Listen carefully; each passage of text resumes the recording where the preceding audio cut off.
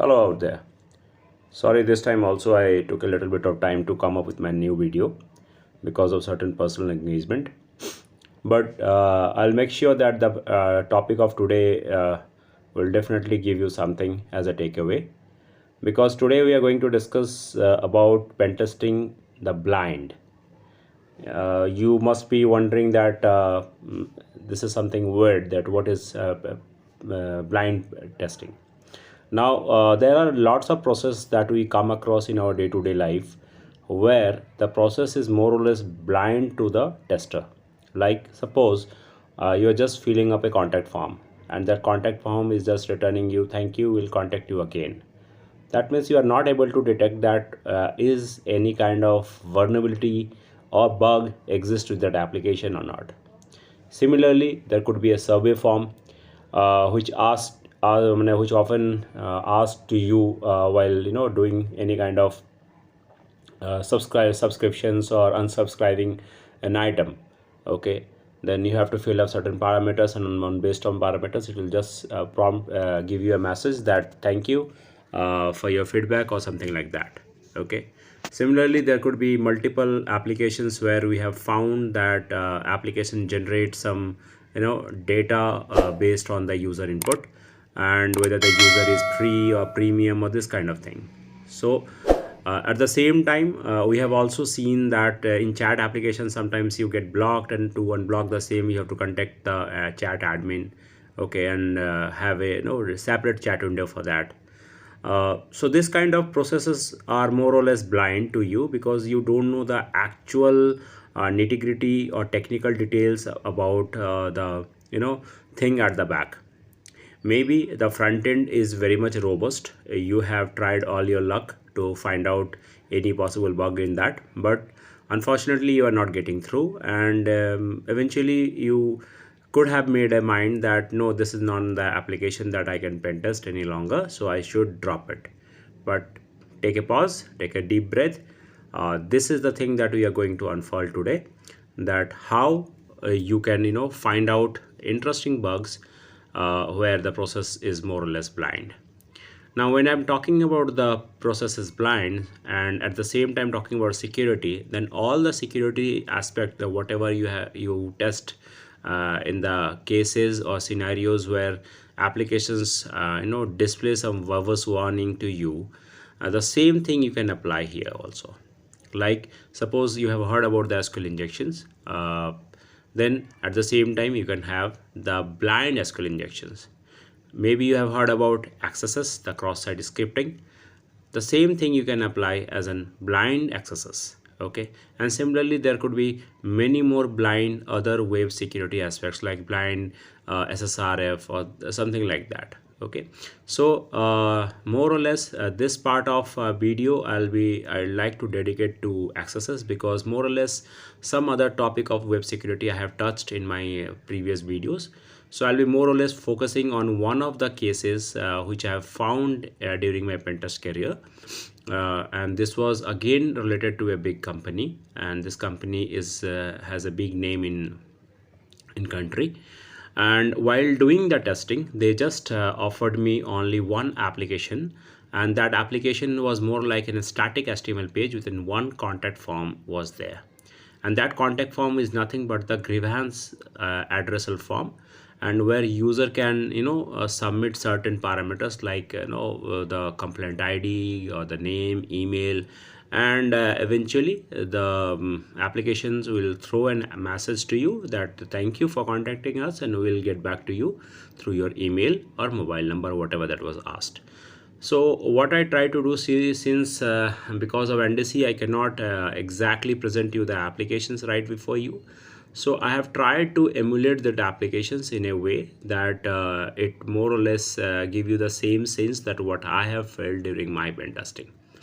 Okay, at the same time I would like to tell you one more incident about a survey form which I have found in one of the applications, which basically allows user to subscribe certain services from that application. And now constantly they used to send me the different kind of promotional mails. So one of fine day I thought that my mailbox is filling up too fast because of all these unnecessary mails to me which are no longer required to me. So what I did, I just tried to unsubscribe the that subscription form, and during unsubscription the same they presented a survey form to me that why you are unsubscribing from our service and what are the issues with you.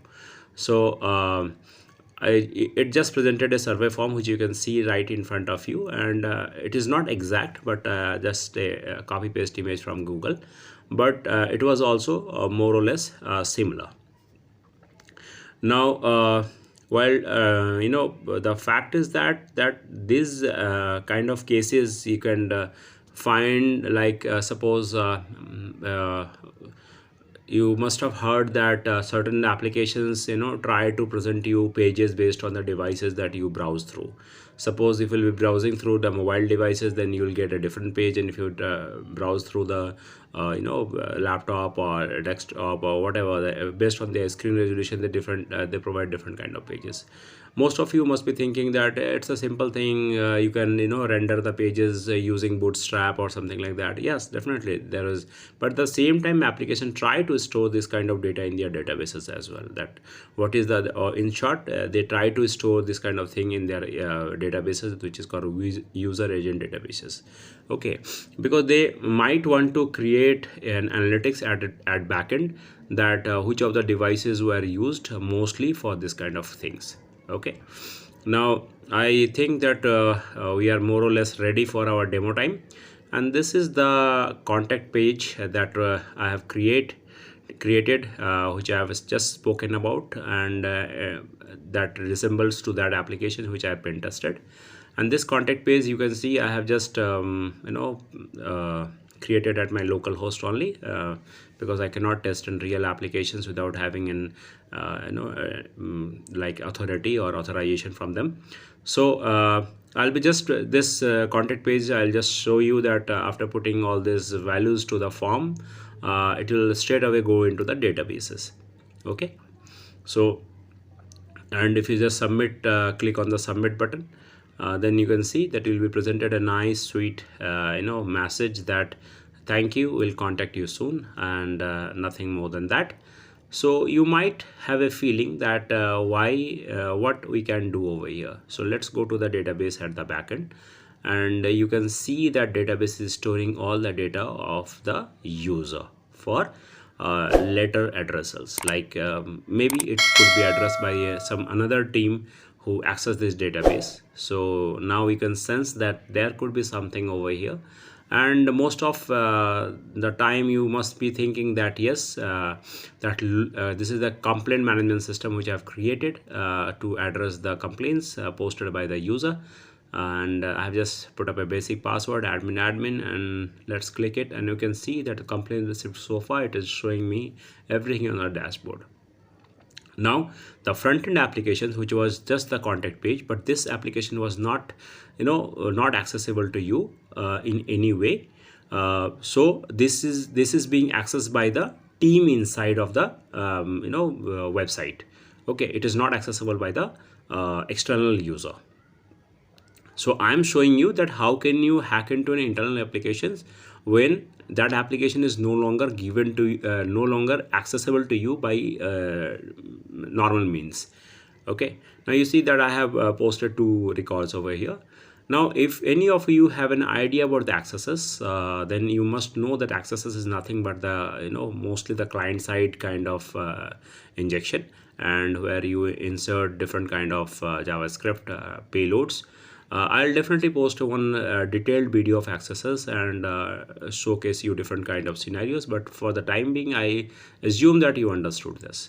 Okay, so what I'll be just using over here, that I'll just try to put an image source payload which you can easily Google out in as an XSS payload. And I try to copy paste all these things in different apart from the email ID, I'll be pasting everything over here. So let's see, and this is I pasted all this. Now in spite of pasting all these things, I'm just getting the similar kind of you'll be finding that I'm just getting a similar kind of message that thank you for contacting, and you're not getting any accesses pop up over here. So even if you have sensed that there is an accesses, but this accesses is no longer beneficial to you because you are not getting any accesses proof of concept, right? So how you are going to submit this proof of concept that your application is vulnerable to accesses? Now, as I have told you that this application has two phases. One phase is for the public access, and one phase is for private access. Now, for this kind of exploitations, we need a blind accesses kind of payload, and XSS Hunter is one of them. But unfortunately, XSS Hunter no longer accept new sign up. So what I thought, why not create a replica of XSS Hunter by myself, which can do the similar things like whenever the payload execute at the backend of the vulnerable website, it can fetch me the a report of that thing in my email, and at the same time fetch me the screenshot of the page where the XSS is actually triggered. Okay, so that will give me an additional level of information while handling the application, or while pen testing the applications in further course of action. Okay, so you can see that right before you, the XSS Hunter tool is presenting us a message that new signups are closed. So if any of you having a old signups, please try to keep it safe, because this is really a very handy tool. But this is not the only solution that is available to you. There are I'll try to present you two type of solutions. So if you don't have the XSS Hunter, you can try to exploit the web application through BUP, also through BUP Collaborator, which I'll shortly present to you. And in that you can see that but the BUP Collaborator has its own limitation. What the limitations are, you can find out. Okay, so let's try to get back to our of Firefox and see that what we can do with an BUP Collaborator over here. So I have already launched my BUP at back, and see it is okay. Let's try to put on the messages.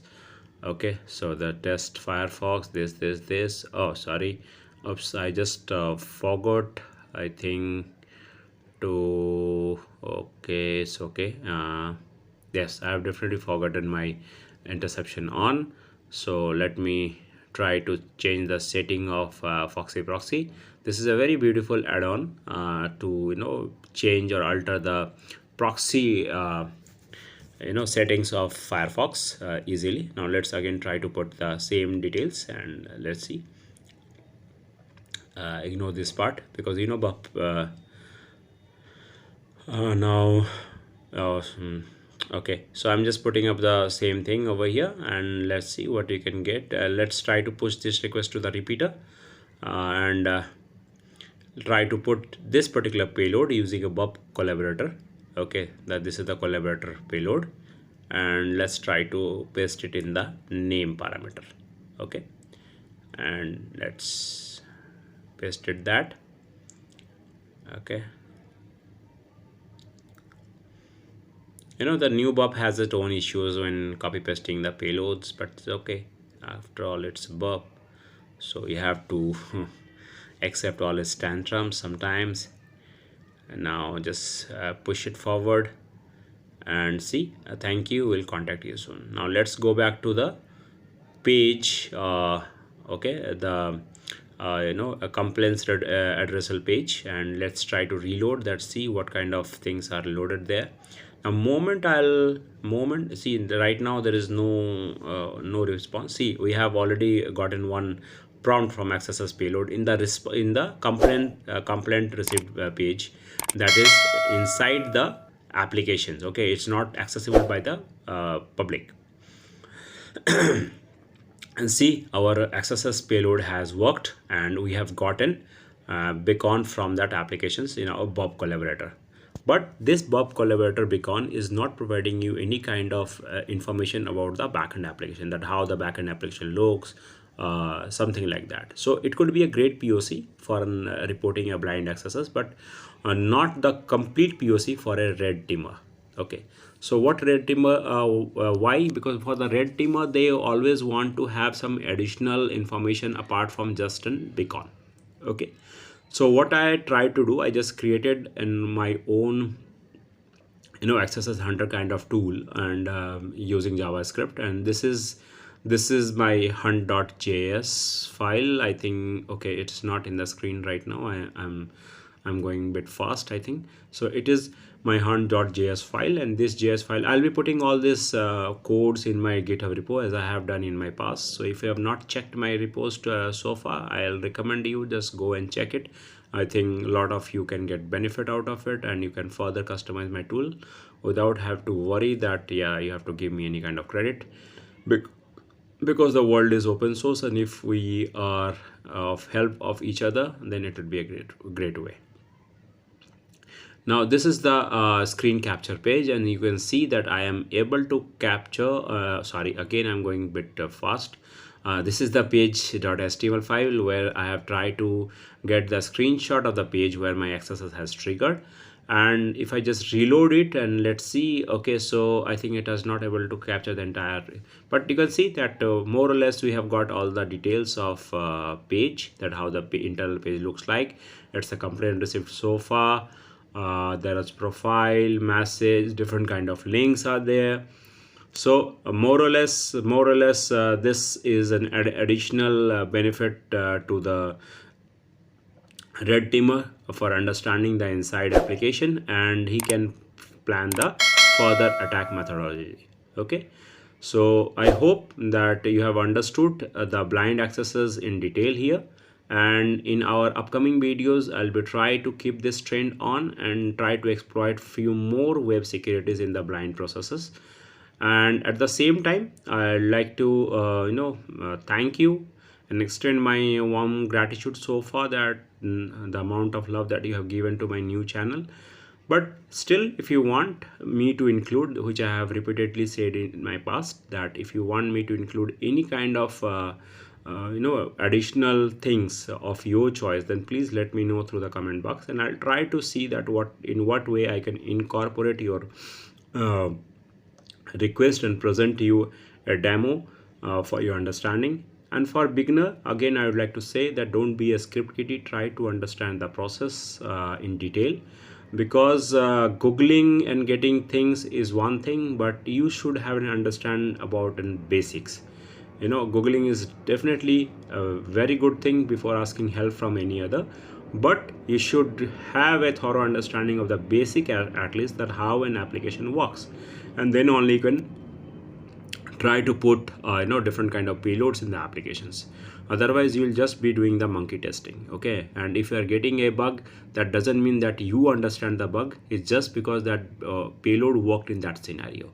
So just don't try to be a monkey tester, try to be a real pen tester. Okay. And I hope this video is too long for this for this subject.